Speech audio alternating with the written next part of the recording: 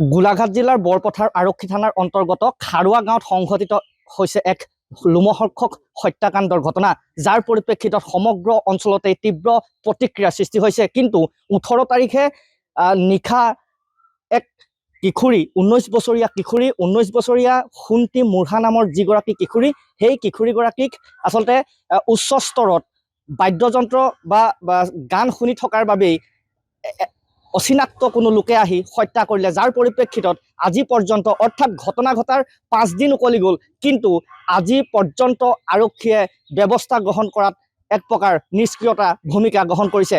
সামগ্ৰিক পৰিৱেশটো দেখুৱাইছোঁ। আজি আৰক্ষী থানাত ইতিমধ্যেই পৰিয়ালবৰ্গৰ পিতৃ মাতৃৰ লগতে আচ্ছা ভাৰতীয় জনতা পাৰ্টীৰ কাৰ্যকৰ্তাকে ধৰি বা বিভিন্ন দল সংগঠনৰ লোকে সহযোগত পৰিয়ালবৰ্গই এজাহাৰ দিছে। মই পিতৃ আছে পোনে পোনে, মই পিতৃ, কি হৈছিলে প্ৰকৃততে ঘটনাটো? স্যাৰ মইতো গম নাপাওঁ। হয়, আপুনি কেতিয়া, আপোনাৰ ছোৱালী? মোৰ ছোৱালী হয়। হয়, আপুনি আপোনাৰ লগতে থাকে নে বেলেগ ক'ৰবাত? নাই, বৰপাই ঘৰত থাকে। হয়, আন এগৰাকী আছে, আচ্ছাৰ বিষয়ববীয়া আছে। কি ক'ব সমগ্ৰ ঘটনা কেনেদৰে সংঘটিত হ'ল বা আপোনালোকে কেনেদৰে আপোনালোকে চাওক, যোৱা 18 তাৰিখে, আজি 7 দিনৰ আগত এপ্ৰিল মাহৰ 18 তাৰিখে বৰপথাৰ মৌজাৰ অন্তৰ্গত আমাৰ যি খাৰুৱা গাঁও আছে, খাৰুৱা গাঁৱৰ নিবাসী এগৰাকী যুৱতী 19 বছৰীয়া সুন্তি মুঢ়া, আৰু সুন্তি মুঢ়া আচলতে নিশা প্ৰায় 10-10:30 মান বজাত স্পীকাৰত গান বজাই তাই গান শুনি আছিলে। অলপ উচ্চ স্বৰত গান শুনি থকাৰ বাবেই কাষৰে ওচৰ চুবুৰীয়া দুগৰাকীমান ব্যক্তি আহি পেলানি তাইৰ লগত তৰ্কত লিপ্ত হয় আৰু তাইক প্ৰহাৰ কৰে। তাৰপিছতে নেক্সট দিনা ৰাতিপুৱা তাইৰ ডেড বডিটো বৰ্তাকৰ ঘৰৰ বাৰীৰ পিছফালে পোৱা গ'ল। তাৰপিছত আৰু বৰপথাৰ আৰক্ষী প্ৰশাসনে, আৰক্ষী থানাৰ পৰা যেনেকা বা সৰুপথাৰ সমজিল্লাৰ আৰক্ষী প্ৰশাসনৰ যেনেকা ভূমিকা হ'ব লাগিছিলে, 7টা দিন আজি উকলি গ'ল, কিন্তু দোষী বা হত্যাকাৰী এতিয়াও মানে মুক্তভাৱে তেওঁলোকে ঘূৰি আছে। তেওঁলোকক কিন্তু কৰায়ত্ব কৰাৰ ক্ষেত্ৰত কিন্তু সৰুপথাৰ সমজিল্লা আৰক্ষীয়ে কিন্তু একেবাৰে বিফল, আৰু যাৰ কাৰণে অসম স্বাধীন ছাত্ৰ সন্থাই আমি সজাতি দল আমি তেওঁলোকৰ ঘৰত গৈ আমি যিমান দূৰ কথাবিলাক গম পালোঁ যে হত্যাকাৰী ওচৰতে আছে, তেওঁলোকৰ ঘৰৰ কাষতেই, ওচৰ চুবুৰীয়াই হয়, আৰু হত্যাকাৰীক কিন্তু আমি অসম স্বাধীন ছাত্ৰ সন্থাৰ তৰফৰ পৰা অতি শীঘ্ৰে কৰায়ত্ব কৰি দৃষ্টান্তমূলক শাস্তি বিহিবৰ বাবে আমি অসম স্বাধীন ছাত্ৰ সন্থাৰ তৰফৰ পৰা সৰুপথাৰ সমজিল্লা আৰক্ষী প্ৰশাসনক আমি দাবী জনাইছোঁ। অন্যথা কিন্তু অসম স্বাধীন ছাত্ৰ সন্থাই আমি 7 দিন চালোঁ আৰু বেছি সময় আমি নাচাওঁ, আমি 24 ঘণ্টা সময় এটা দিছোঁ, নহ'লে আমাৰ গণতান্ত্ৰিক বিভিন্ন ধৰণৰ আন্দোলন কাৰ্যসূচী আমি কিন্তু এই যুৱতীগৰাকীক ন্যায় দিয়াৰ ক্ষেত্ৰত আৰু শোকসন্তপ্ত এই ভুক্তভোগী পৰিয়ালটিক আমি ন্যায় দিয়াৰ ক্ষেত্ৰত কিন্তু অসম স্বাধীন ছাত্ৰ সন্থাই বিভিন্ন ধৰণৰ আন্দোলন কাৰ্যসূচী আমি হাতত ল'বলৈ বাধ্য হ'ম। মোৰ সৈতে মাতৃ আছে, ইতিমধ্যে বৰপথাৰ আৰক্ষী থানাৰ এজাহাৰ দাখিল কৰিছে। কি ক'ব, মাতৃ হিচাপে আপোনাৰ কন্যাক হত্যা কৰা হৈছে নেকি? মাৰি পেলাইছে নেকি আপোনাৰ ছোৱালীজনীক? এনেকাই লাগিছে, মাৰি পেলাইছে লিখিয়ে লাগিছে মোৰ তাই। কোনে মাৰিছে বুলি আপুনি সন্দেহ প্ৰকাশ কৰিছে? ওচৰৰে হ'ব। এতিয়া আপোনালোকে বৰপথাৰ থানালৈ আহিছে, এজাহাৰ দিছে নেকি? দিছে। আৰক্ষীয়ে ইতিমধ্যে কাকো আচলতে এৰেষ্ট কৰা নাই বা তালৈ যে গৈছিলে নাই আপোনালোকৰ ঘৰলৈ? নাই যোৱা। গান শুনাৰ কাৰণে মাৰিছে নেকি? গান শুনাৰ কাৰণে মাৰিছে। আহি পিনে মই আহিলো, চিঞৰ বাখৰ কৰিছিলে, তেতিয়া আহি পিনে লগেই নাপালো, আৰু মানুহকেইটা চাই নাপালো। আপুনি ঘটনাটো কেনেধৰণে গম পাইছিল? কেনেধৰণে ঘটনাটো গম পাইছিলে মানে হাল্লা কৰি আছিলে, আকৌ তেতিয়া গম পালো। ওলাই আহিলো, তেতিয়া কাকো চাইয়ে নাপালো। গাঁৱৰ মানুহকেইটাকো লগত নাপালো, ছোৱালীজনীকো নাপালো। আৰু ক'ত দেখিছে ছোৱালীজনীক লাষ্টত?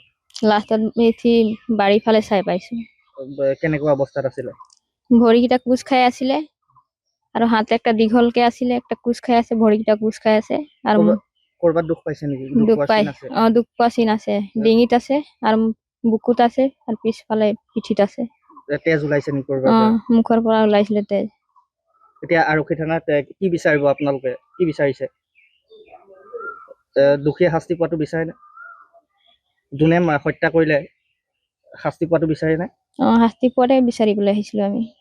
নিশ্চিতভাৱে ইতিমধ্যে এজাহাৰ দাখিল কৰিছে আৰু আজি দোষীক আচলতে কঠোৰতম শাস্তিৰ দাবী জনাইছে পৰিয়ালবৰ্গই আৰু মোৰ সৈতে আছে অন্য এজন বিষয় লোক আছে কি ক'ব সমগ্ৰ ঘটনা আজি আপুনি তেখেতলোকৰ বাসগৃহলৈ গৈছিল কেনেধৰণে কি প্ৰত্যক্ষ কৰিছে আচলতে গোটেই ঘটনাটো অতি দুৰ্ভাগ্যজনক 19 বছৰীয়া এগৰাকী কিশোৰী সোণটি মুৰা এটা সামান্য এটা ঘটনা মানে যিটো স্পীকাৰ লৈ পেলাই এটা মিনি স্পীকাৰ লৈ পেলাই পেইণ্ডাবত বজাইছিলে আৰু সেইটো আলম লৈ ওচৰৰ কোনোবা মানুহে তেওঁক মাৰপিট কৰিলে আমি যিটো তদন্ত কৰিছোঁ আমাৰ ফালৰ পৰা মাৰপিট কৰিছে মাৰপিট কৰাৰ পিছত ওচৰৰ মানুহ কোনো একো গম নোপোৱাকৈ চব শুই থাকিলে সেইদিনা কাম কৰিবলৈ যোৱা মানুহখিনি প্ৰায় কাম কৰিবলৈ যায় আৰু ৰাতিপুৱা ডেড বডি তেওঁলোকে 5টা বজাত পায় কিন্তু গোটেই ঘটনাটোতো ৰহস্যজনক এটা হত্যাকাণ্ড গতিকে এইটো আচলতে দুখীয়ে কঠোৰ শাস্তি পাব লাগে আৰু ইতিমধ্যে আমি আৰক্ষী বিভাগৰ লগত আলোচনা কৰিছোঁ আজি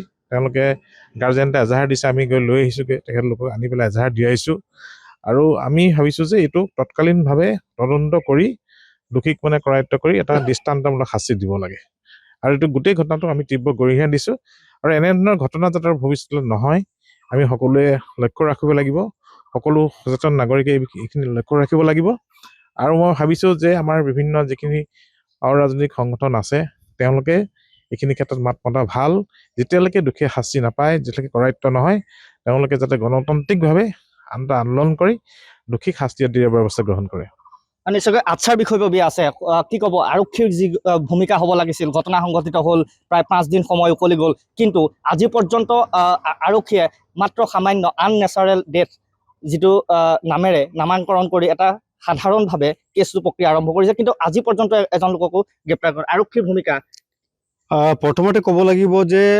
সামান্য গান শুনাক লৈ আচলতে আজিৰ তাৰিখত যে মৃত্যুমুখত পৰিব লগা হৈছে আটাইতকৈ দুৰ্ভাগ্যজনক আৰু লজ্জাজনক কথা আৰু ইতিমধ্যে গোটেই ঘটনাটো সমগ্ৰ অসমে গম পাইছে আচলতে যে ছোৱালীগৰাকীৰ গান শুনাক লৈ যিটো মৃত্যুৰ কথা ইতিমধ্যে বাতৰিত প্ৰকাশ পাইছে আৰু আমি প্ৰতিক্ৰিয়া দিছোঁ আমি স্মাৰকপত্ৰ প্ৰদান কৰিছোঁ কিন্তু দুৰ্ভাগ্যজনকভাৱে আৰক্ষী প্ৰশাসনৰ যেনেধৰণৰ ব্যৱস্থা গ্ৰহণ কৰিব লাগিছিলে এই দোষীসকলক কৰায়ত্ব কৰি তদন্ত কৰি আচলতে তদন্তৰ আওতালৈ আনি তেখেতলৈ যেনেধৰণে আইনী ব্যৱস্থা গ্ৰহণ কৰিব লাগিছে দুৰ্ভাগ্যজনকভাৱে আজি পৰ্যন্ত কৰা নহ'ল ই আটাইতকৈ দুৰ্ভাগ্যজনক কথা আৰু সৰুপথাৰ সমজিলাৰ যি আৰক্ষী বিভাগ আছে এই আৰক্ষী বিভাগটোৰ কাৰণে এটা লজ্জাজনক বিষয় আমি দাবী জনাইছোঁ অসম চাহ জনজাতি ছাত্ৰ সন্থা আৰ্চা গোলাঘাট জিলা সমিতিয়ে যে অতি শীঘ্ৰে এই ঘটনাটোৰ লগত যিসকল ব্যক্তি জড়িত হৈ আছে তেখেতসকলক তদন্ত কৰি আইনৰ আওতালৈ আনি তেখেতসকলক দৃষ্টান্তমূলক শাস্তি প্ৰদান কৰিবৰ কাৰণে আমি দাবী জনাইছোঁ আৰক্ষীয়ে মৰণোত্তৰ পৰীক্ষা কৰিয়ে দায়িত্ব সামৰিল নেকি ইতিমধ্যে সকলোৱে গম পাইছে যে মৃত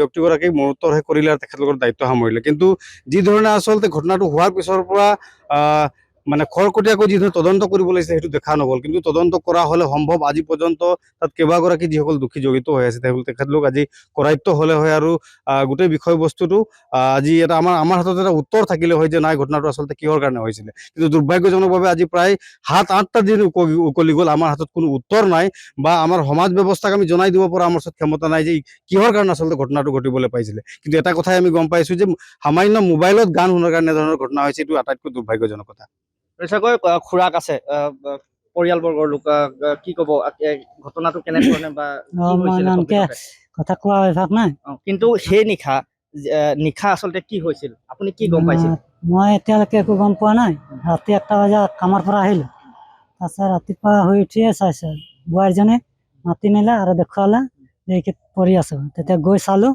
ইমানটোৱে জানো তাতকৈ ৰাতি কাজিয়াটোৱে শুনা মই নাছিলোঁৱে এতিয়া আপোনালোকে কি বিচাৰে পৰিয়ালবৰ্গ হিচাপে এতিয়া আৰক্ষী থানাত এজাহাৰ দাখিল কৰিছে আজি বা কি বিচাৰে আমাক আৰু এতিয়া তদন্ত কৰি আৰু আমাক ন্যায় লাগে সেইটোৱে লাগে নিশ্চিতভাৱে পৰিয়ালৰ লোকেও এতিয়া ন্যায় বিচাৰিছে আৰু যি এই আৰক্ষীয়ে এই প্ৰতিবেদন দেখাৰ পাছত আৰক্ষীৰ পৰৱৰ্তী সময়ত কি ধৰণৰ ভূমিকা হ'ব সৰুপথাৰ সমজিলাৰ আৰক্ষী বিষয়া দীপেন পাটৰ তথা বৰপথাৰ আৰক্ষী থানাৰ ভাৰপ্ৰাপ্ত আৰক্ষী বিষয়া গৰাকীৰ পৰৱৰ্তী সময়ত এই ঘটনা সন্দৰ্ভত কি ধৰণে ভূমিকা গ্ৰহণ কৰে সেয়া পৰৱৰ্তী সময়ত লক্ষণীয় হ'ব